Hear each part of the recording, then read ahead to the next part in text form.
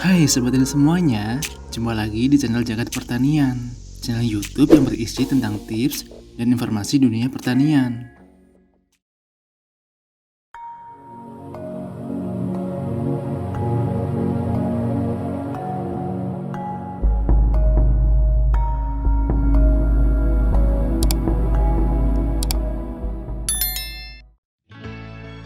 Badan Meteorologi, Klimatologi, dan Geofisika menyatakan perkiraan musim kemarau tahun 2021 di sebagian besar wilayah Indonesia diperkirakan pada kisaran bulan Mei dan Juni, dan puncak kemarau tersebut pada bulan Agustus.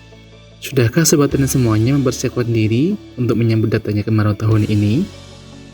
Bicara soal kekeringan, kita semua sepakat bahwa segala jenis makhluk hidup di dunia ini tentunya memerlukan air. Maka dari itu, manusia selalu berinovasi untuk mengatasi kekurangan air dengan berbagai cara. Bendungan ini misalnya, atau sumber baru seperti ini. Namun, tahukah kalian, di belahan bumi yang lain ada beberapa cara yang unik yang dilakukan oleh manusia untuk mengatasi kekurangan air.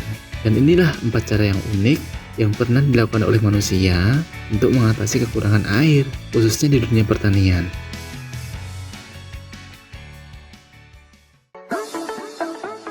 Jaring penangkap air. Biasanya jaring dipakai untuk menangkap ikan di sungai, tapi ini jaring dipakai untuk menangkap air di udara, sobat. Sobat bisa melihat pemandangan seperti ini, salah satunya di Provinsi Lima, di negara Peru. Pada tahun 2016, sebuah komunitas bernama Creating Water Foundation memberikan dedikasi yang sangat luar biasa dalam upaya mengatasi kekurangan air di negara ini. Di Lima, 1 dari setiap 5 keluarga tidak memiliki akses air minum yang sehat. Untuk itu, CWF mengajak 500 keluarga di Lima untuk pemasangan 60 jaring penangkap kabut. Dan luar biasa, dengan teknologi ini, mereka mampu menghasilkan hingga 10.000 liter air bersih per hari. Sehingga, penduduk dapat memanfaatkannya untuk keperluan rumah tangga.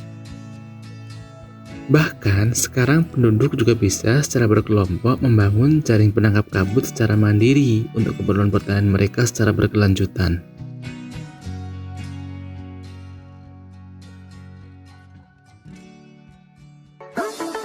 Drip Irrigation System. Teknologi ini juga dikenal dengan irigasi tetes, di mana sistem ini menekankan pada penghematan penggunaan air secara terukur. Rekayasa yang dilakukan yaitu bagaimana agar tanaman mendapatkan air secara optimal, namun air tidak hilang karena proses penguapan atau keluar dari zona perakaran. Pada umumnya, pemberian air dengan irigasi tetes dikombinasikan dengan pemberian nutrisi. Cara pemberiannya yaitu secara perlahan, tetes demi tetes. Cara kerja sistem irigasi tetes ini, dari awal pompa air menghisap air yang berasal dari sumber air. Air tersebut kemudian ditampung dalam tandon penampungan air.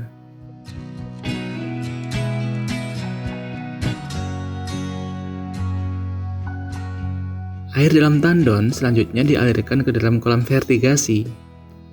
Pada tahapan ini, air ditambahkan nutrisi yang selanjutnya dialirkan menuju saluran primer. Dalam tahap ini, air tersebut dapat dialirkan menggunakan pompa air maupun hanya mengandalkan gaya gravitasi. Kemudian dengan bantuan gravitasi, air yang berisi nutrisi ini disalurkan ke sistem perakaran tanaman menggunakan selang khusus yang memiliki lubang-lubang lembut tempat menetesnya larutan.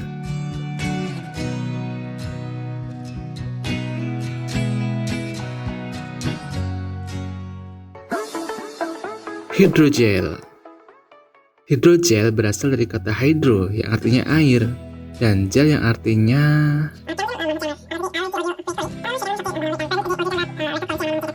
hidrogel dapat menyerap dan menyimpan air ratusan kali beratnya. 1 gram hidrogel dapat menyerap hingga 200 ml air. Hidrogel berfungsi menyerap air dan nutrisi untuk tanaman dan melepaskannya secara perlahan sesuai dengan kebutuhan tanaman, sehingga sangat cocok digunakan pada lahan yang jauh dari sumber air, juga untuk antisipasi kekeringan.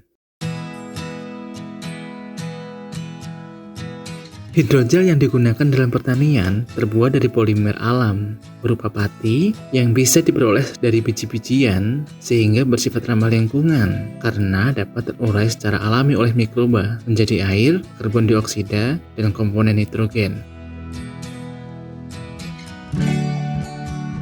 Cara mengaplikasikan hidrogel pada tanaman tidaklah sulit.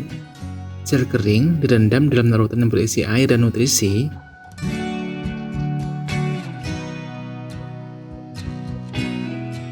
Kemudian, didiamkan selama beberapa jam sampai hidrogel menyerap larutan tersebut, ditandai dengan terlihat membengkak.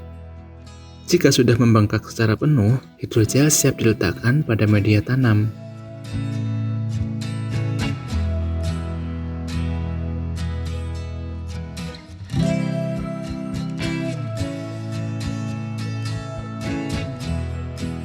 Beberapa negara sudah menggunakan hidrogel seperti ini, seperti India, Tiongkok, termasuk Indonesia. Sayangnya, di Indonesia sendiri sepertinya belum ada yang memproduksi hidrogel, sehingga untuk mendapatkannya kita harus mengimpornya dari luar negeri, dan harganya pun cukup mahal, setidaknya Rp100.000 per kilogram. Tapi kalau sekedar untuk coba-coba, boleh tuh Sobat Tani semuanya membelinya di marketplace secara online. Indoor vertical farming. Jika kalian sudah biasa melihat hamparan tanaman sayur yang luas di lahan terbuka, bagaimana jika kalian melihat hamparan tanaman sayur yang tersusun tinggi menjulang dan berada di dalam suatu ruangan tertutup? Wow, ini keren sobat. Yang kalian lihat ini adalah kebun sayur milik perusahaan asal New Jersey, Amerika Serikat yang didirikan oleh Edward Harwood. Cara bercocok tanam aerofarms menggabungkan berbagai disiplin ilmu pengetahuan, bahkan juga telah menggunakan kecerdasan buatan sehingga perusahaan ini mampu menghasilkan produk sayur yang subur, sehat, segar, berkapasitas besar, berkelanjutan, dan ramah lingkungan, meskipun semua kegiatan berada di dalam gedung tertutup.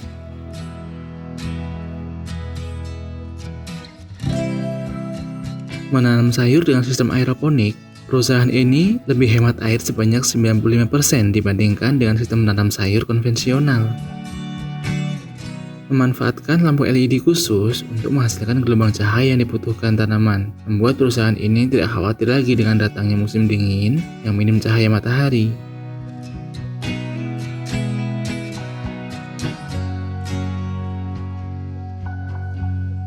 Itulah sobat beberapa teknologi antisipasi kekurangan air yang telah dilakukan oleh manusia di belahan dunia.